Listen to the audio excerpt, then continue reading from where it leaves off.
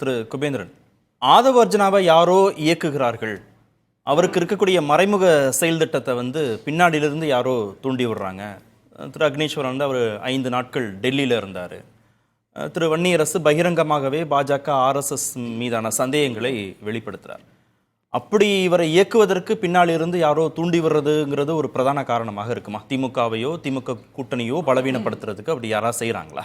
அந்த கட்சியால் பாதிக்கப்பட்ட ஒரு கையில் வைத்துக்கொண்டு அந்த கட்சியை வீழ்த்த முடியும், இல்லை பலவீனப்படுத்த முடியும். இது யதார்த்தம். ஆனால் யார் கையில் எடுத்தாங்கன்ற ஒரு சந்தேகம் நிச்சயமாக எனக்கும் எழும்புது. என்னன்னா, இந்திய அளவில் யாரோ ஒருவருங்கிறது கூட நான் புரிஞ்சுக்கிறேன். அது நேரடியாக பாஜக மீதோ நேரடியாக RSS மீதோ அந்த சந்தேகம் வர வேண்டிய தேவை இருக்கா? நிச்சயமா. ஏன்னா நீங்க சனாதன விஷயத்தை கண்டிப்பாக எதிர்த்து பேசுகிற, இல்லை உச்ச குரலில் எதிர்த்து பேசுகிற ஒரே நபர் இன்று வரை திருமாவளவன் தான். இந்திய அளவில் இந்த சனாதன திட்டங்களையோ சனாதன முறையோ ஏற்கவே மறுக்கிற ஒரு இயக்கம் திமுக பேசுது. ஆனால் உதயநிதி கொடுக்குற அந்த அன்னைக்கு பேசின அந்த வேல்யூட அதிகமாக பேசுவது திருமாவளவன். இன்றும் அதை பதிவு பண்ணியிருக்காரு. அப்போ அந்த RSS பாஜகவுக்கு என்ன நினைக்கும்? திருமாவளவனை வீழ்த்த வேண்டும் அப்படின்ற ஒரு எண்ணம் இருக்கலாம். அந்த கூட்டணியை உடைத்து திருமாவளவனை வெளியே கொண்டு வருவதற்கு ஆதரவு பயன்படுத்தியிருக்கலாம். நேரடியாகவோ மறைமுகமாகவோ அல்லது வேறு சில திட்டங்களோ வைத்து கொண்டிருக்கலாம். நிச்சயமாக மறுக்கவே முடியாது. நீங்கள் அதை ஒதுக்குவது என்பதில்லை. ஆனால் இதை கூட உணர முடியாத என்னுடைய ஆரம்பத்தில் கேள்வி. நீங்கள் ஒரு தலைவராக இருக்கிற, ஒரு 30 வருடங்களாக அரசியலில் இருக்கிற, அதுவும் அரசியலில் நீங்கள் திருமாவளவனை போல ஒரு கூர்ந்து கவனிக்கிற விஷயம் அறிந்த தலைவர்கள், நீங்கள் மற்ற தலைவர்கள் கூட சில நேரத்தில் தடுமாறி விடுவார்கள். எந்த இடத்திலும் ஆத்திரப்படாமல் ஒரு விஷயத்தை உள்வாங்கி பேசுகிற ஒரு தலைவர். அப்படிப்பட்டவர் தன்னை சுற்றி என்ன நடக்கிறது, தன்னுடைய நிர்வாகிகள் சொல்ல போன பிறகுதான் இந்த விஷயங்கள் தெரிய வருகின்றன. இதெல்லாம் திருமாவளவன் ரொம்ப விட்டுட்டார். அதுவே பெரிய தவறு. அதே போல் ஆதவ அர்ஜுனுக்கு நோக்கம் தெரிஞ்சு திமுகவிலே MP கேட்குறார், அரசியலாசி வெளிப்படுத்துகிறார். அப்போதே அவருக்கு சொல்லப்பட்டிருக்கிறது. அவருக்கு என்னென்னா, கடலூரில் ரமேஷ்னு ஒரு முந்திரி வியாபாரி MP வாங்கலையா, முதல்ல ரித்திஷ்னு ஒரு நடிகர் பணம் கொடுத்து சீட்டு வாங்கிட்டாருன்னு பேசினாங்க இல்லையா. ஸோ அந்த மாதிரி ஏன் எனக்கு திறக்கக்கூடாது, டெல்லியில் போய் தன்னுடைய லாபியை வலிமைப்படுத்தி கொள்ளலாம். இந்த ஆசையை பார்த்தோன்னே இவங்க திமுக தலைமையோ அல்லது திமுக சுற்றி இருக்கிறவங்களோ இவங்க வேறு மாதிரி சொல்லியிருப்பாங்க. இவரோட நோக்கம் வேறு, இவர் நம்மை பயன்படுத்தி கொள்வார், நமக்கு சிக்கலாக வரணும்னு சொல்லியிருக்கலாம். ஸோ இப்போ அந்த இடத்துல அவர் ஒதுக்கின பிறகு அடுத்த நொடி இங்கே வரார், பிசிகாவுக்கு வரார். பிசிகாவில் என்ன சொல்கிறாரு, அந்த அறிக்கையெல்லாம் பாருங்கள். ஒரு உண்மையிலே அந்த அறிக்கையெல்லாம் தேர்ந்தெடுத்த வார்த்தைகள் தான் சொல்கிறாரு.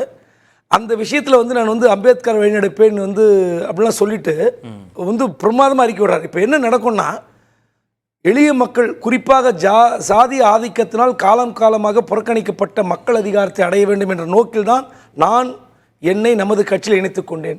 விடுதலை சிறுத்தைகளின் கொள்கைகளிலும் நிலைப்பாடிலும் எனக்கு எவ்வித கருத்து வேறுபாடும் இல்லை.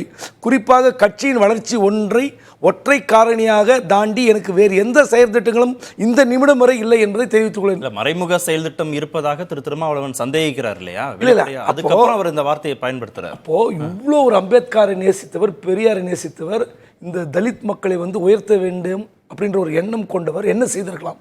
நான் என்ன சொல்கிறேன், உங்களுக்கு அடுத்து நீங்கள் எங்கே போனாலும் சிக்கிடுவீங்க. இந்த அரசியல் மோசமான விளையாட்டு. உங்கள் பணம் இருந்தாலும் உங்களுக்கு சீட்டு கிடைக்கல. அப்போது இந்த 6 மாத காலம் இது விடுதலை சிறுத்தைக்காக பின்னணியில் மறைமுகமாக விளையாட்டு வீரர்கள் தயார் செய்வது, அவர்கள் கல்வி அறிவை வளர்ப்பது, அவர்கள் UPSC குரூப் 1 எக்ஸாமில் தேர்வு செய்வதற்கு அது வழிவகைகள் செய்வது, இதெல்லாம் செய்திருந்தால் உண்மையிலே என்ன பண்ணிடுவாங்கப்பா, பதவியே இல்லைனாலும் இந்த எளிய மக்களுக்காக பாடுபடுகிற ஒரு நபரை நம்ம இழந்து விட அது இதுவாக இருந்தோம், நல்ல வேலை அவருடைய குணாசை புரிந்து கொண்டோம் சொல்லி திருமாவளவனே மனம் மாறி திருமாவளவனை முதல்வராக்குனதன் மூலமாக இவ்வளவு மாற்றங்களையும் எளிதாக சாத்தியப்படுத்த முடியும் தமிழ்நாட்டுக்குள்ள நம்புறாரு அவர். இல்லை, அதான் சொல்றேன், அந்த அளவுக்கு நேசிக்கிறவர் ஒரு டவுன் த லைன் இறங்கி பண்ணலாம்ல. நீங்க ஒவ்வொரு நாளும் ஒரு சேனலுக்கு பேட்டி கொடுக்க வேண்டியது, கருத்து சொல்ல வேண்டியது, சொன்ன கருத்தை மாற்றி சொல்ல வேண்டியது. அப்போ நீங்க யோசித்து பாருங்க, சனாதனம் என்ற விஷயத்தை எதிர்க்கிற ஒருவரை ஏதோ ஒரு சக்தி யாரோ ஒரு கையில் எடுத்துக்கொண்டு வீழ்த்துவதற்கு தயாராக இருக்கிறது. அந்த வலையில் ஆதவர்னு சிக்கிவிட்டார், இல்லை தெரிந்தே சிக்கியிருக்கலாம். திரு ரவீந்திரன், நேரடியாக பாஜக மீது சந்தேகத்தை வெளிப்படுத்துகிறார்கள், நேரடியாக RSS மீதும் சந்தேகத்தை வெளிப்படுத்துகிறார்கள். திரு ஆதவ அர்ஜுனாவுக்கு பின்பாக இவர்கள் செயல்படுறாங்க திமுக கூட்டணியை, திமுகவை பலவீனப்படுத்துவதற்கு அப்படின்னு.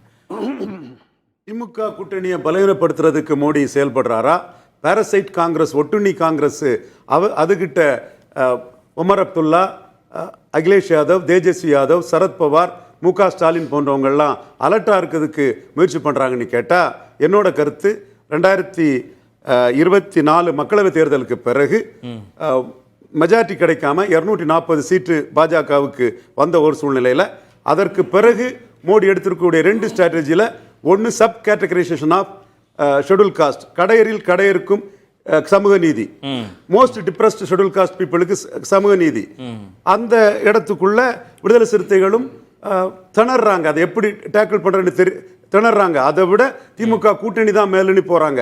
ஆதவர்ஜுனாவை விடவும் இந்த விஷயத்திலே திமுக கூட்டணி மேலணி முடிவெடுத்துட்டாங்க.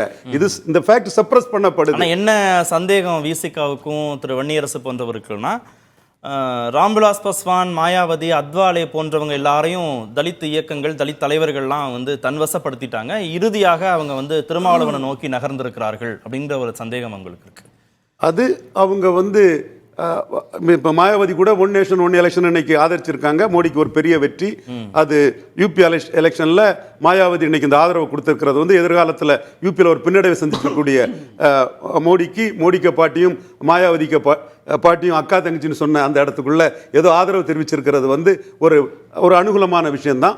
தமிழ்நாட்டுக்குள்ள அவங்க டார்கெட் வந்து ஸ்டாலின் காங்கிரஸ் பிடியில் பேரக்கூடாது. இதுதான் 2021 மோடிக்கு இருந்தது. அதனால தான் சொன்னேன், பிஜேபி இன்க்ளூசிவ் அலையன்ஸில் சசிகலா அம்மையாரும் தினகரனும் 5.5% எடுத்தவங்க வர முடியாது. ஒருவேளையில் அவங்க வந்து திமுக வந்து காங்கிரஸ் பிடிக்குள்ள போயிடுச்சுன்னா கலைஞர் 16 சீட்டு கொடுத்த மாதிரி அந்த மாதிரி காங்கிரஸுக்கு அப்பர் ஹேண்ட் ஆயிருவாங்கிறது தான் மோடிக்கு நோக்கம். காங்கிரஸ் கூட்டணியில் இருக்கக்கூடாதுங்கிறது தான் பிரதான நோக்கம். விசிகா இல்லை, காங்கிரஸை மார்ஜினலைஸ் பண்ணணும். ஸ்டாலின் காங்கிரஸ் கூட தான் இருப்பார், அது வெற்றி கூட்டணி அவர் விட மாட்டாரு. பட் காங்கிரஸ் பிடிக்குள்ள திமுக பேரக்கூடாது, காங்கிரஸ் பிடிக்குள்ள அகிலேஷ் யாதவ் பேரக்கூடாது. பாரசைட் காங்கிரஸ் தான் எதிரி. எமர்ஜென்சியை கொண்டு வந்து எல்லாத்தையும் கைது பண்ண காங்கிரஸ் தான் எதிரி. இவங்கெல்லாம் காங்கிரஸ் கூட இருக்கிறதுனால தான் இவங்க எதிரி. ஓகே, திரு ஐயநாதன், காங்கிரஸ் திமுக கூட்டணியில இல்லாம பாத்துக்கணும்னு வேணா பாஜகவோ ஆர்எஸ்எஸோ நினைப்பாங்களே தவிர விசிகா அகாமடேட் ஆகிறதுல குறித்து அவங்களுக்கு எந்த விதமான பிரச்சனையும் இல்லைன்னு சொல்றாரு. ஆனால் திருமாவளவன் ஒரு முறை இது எனக்கோ விசிகாவுக்கோ வச்ச குறி இல்லை, இது திமுக கூட்டணியை பலவீனப்படுத்துறதுக்கான ஒரு ஸ்ட்ராட்டஜின்னு அவர் சொல்றாரு. இதுல மறைமுகமாக ஆதவை இயக்குறார்கள்ங்கிற குற்றச்சாட்டு இங்கே பொருத்தமானதாக இருக்கா? ஸ்ட்ராட்டஜின்றாங்களா, என்னங்க அர்த்தம்? அது பலவீனப்படுத்துறது தான் ஸ்ட்ராட்டஜின்றாங்க. எதை வச்சு? கூட்டணியை வெளியே கொண்டு வருவது. முதல்ல ஒரு ஆளுங்கட்சியை வந்துட்டு என்ன நினைக்குது, இல்லை எதிர்கட்சி என்ன நினைக்குது, ஆட்சியை கைப்பற்ற நினைக்குது. ஆட்சியை கைப்பற்றுவதற்கான சூத்திரத்தை சொல்லி கொண்டிருப்பவர்கள் இந்த ஸ்ட்ராட்டஜிசியன்ஸ். அதில் அவங்க கடைபிடிக்கக்கூடிய யுக்திகள் இந்த கட்சியினுடைய கொள்கைக்கே முரண்பட்டு நிற்கின்றன என்பதை ஆழ்ந்து கவனிச்சா தெரியும். சாதியை எதிர்ப்பது, சாதியத்தை எதிர்ப்பது, அந்த கட்டுமானங்களை உடைக்க வேண்டும் சொல்வது, அனைவருக்குமான ஆட்சின்னு சொல்றது. ஆனால் என்ன பண்ணாங்க ஹரியானால?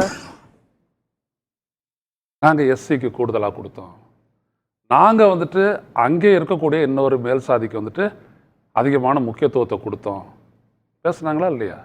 அப்போ நீங்கள் சொன்னதுன்னா இதெல்லாம் யார் பண்ணுறதுன்னா, அப்போ குஜராத்தி ஷைனிங்னு சொன்னாங்களா, ஆண்ட்ரோவன் போட்டர் அப்படின்னு சொல்லக்கூடிய அந்த பிஆர் நிறுவனத்திலேருந்து ஆரம்பித்து அதுக்கப்புறம் வரக்கூடிய ஒவ்வொருத்தரும் இந்த ஸ்ட்ராட்டஜி வகுப்பாளர்கள் மக்களிடையே போட்டு தெரிஞ்சுக்கிறது எது இவங்களுடைய எண்ணங்களை அசைக்கிறது.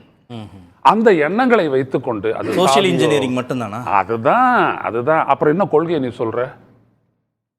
அப்ப அனைவருக்குமான சமூக நீதி, அரசியல் நீதி, பொருளாதார நீதி என்று சொல்லும் பொழுது இவங்கெல்லாம் உனக்கு தேவைப்பட மாட்டாங்களே. அண்ணாவுக்கு தேவைப்படலையே, கலைஞர் கருணாநிதிக்கு தேவைப்படலையே, எம்ஜிஆருக்கு தேவைப்படலையே, காமராஜருக்கு தேவைப்படலை. இவங்களுக்கெல்லாம் தேவைப்படுது அப்படின்னோம்னா இவங்க தக்க வைக்கிறதுக்கான ஒரு குறுக்கு வழியை தேடுகிறார்கள். இதை உணர்ந்தவர்கள் இவர்கள், இதை வைத்துக்கொண்டு இவர்கள் பண்ணுகிறார்கள். அந்த இடத்துல தான் 300, 400, 500 கோடின்னு போகுது. எதுவுமே கிடையாது. அதுவும் ஒரு காரணி, தேர்தல் வியூக வகுப்பாளருங்கிறது ஒரு காரணி, பிரதான காரணி அதுதான். இந்த கட்சி திராவிட முன்னேற்ற கழகம், இந்த கட்சி அனைத்து இந்திய அண்ணா திராவிட முன்னேற்ற கழகம், இவங்கெல்லாம் மக்கள் கிட்ட நின்றது யாரால்? அவருடைய செயலால், முன்வைத்த கொள்கைகளால், பரவலாக கொண்டு செல்லப்பட்ட தலைவர்களால். இந்த 3 ஃபேக்டருக்கு அப்புறம் வேற ஒன்று சொல்லுங்க பார்ப்போம். அதை விட அவர்கள் தீட்டிய திட்டங்கள் அனைத்தும் மக்களுடைய நிலையை, தேவையை அறிந்து செய்ததுதான். அப்புறம் இதுக்கப்புறம் ஸ்ட்ராட்டஜிஸ் எனக்கு என்னங்க வேலை இருக்கு? தேசிய கட்சிகள்லாம் அதை நோக்கி நகர்ந்த பிறகு இவங்களுக்கு தேசிய கட்சிகள் அல்ல, கார்பரேட்டனுடைய கேம் பிளான் இது. 100% நான் சொல்ல வரேன். என்னன்னா, ஒரு கட்சி ஆட்சியில் இருக்கணும் அப்படின்னம்னா, ஏன் இருக்கணும்னு கார்ப்பரேட் நினைக்கிறான்னா, அவனுக்கு சாதகமான அந்த கொள்கை வகுப்பு அது செய்யும் பொழுது அதற்கு எதிராக செயல்படக்கூடிய மாநில கட்சிகள் இருக்கக்கூடாது. ஒரு கொள்கை, ஒரு நாடு, இது ரொம்ப முக்கியம். இது பேசாத ஒரு இடம். இதைத்தான் இவங்க பண்றாங்களே ஒழிய, அதற்காகத்தான் எல்லாத்தையும் தேர்தல் இருந்துட்டு எல்லா விதமான யுக்திகளையும் இவங்க கடைபிடிக்கிறாங்களே ஒழிய, இதையெல்லாம் மறைக்கிறதுக்கு அவங்க சொல்லக்கூடிய விடயம் சோசியல் இன்ஜினியரிங் இன்னும் போடலாங்க. எல்லாமே உள்ளபடியே மக்கள் கிட்ட சென்று பாருங்க. அதனால்தான் இந்தியா ஒரு பெருசா வந்துட்டு வளர்ச்சி திட்டம், வளர்ச்சி அப்படின்னு சொல்லிட்டு ப்ரொஜெக்ட் பண்ணிட்டு இருக்கும்போது கூட இங்க கீழ்மட்டத்தில் 82 கோடி பேருக்கு ரேஷன் அட்டை கொடுக்குறாங்க அப்படின்னா காரணம் இவங்க தான். இவங்க தான் பேசு பொருளா இருக்காங்க. ஆனா பேசக்கூடிய பொருள் மக்களை தொட்டதா இல்லை. இதைத்தான் மக்கள் புரிஞ்சுக்கணும், தலைவர்களும் புரிஞ்சுக்கணும்.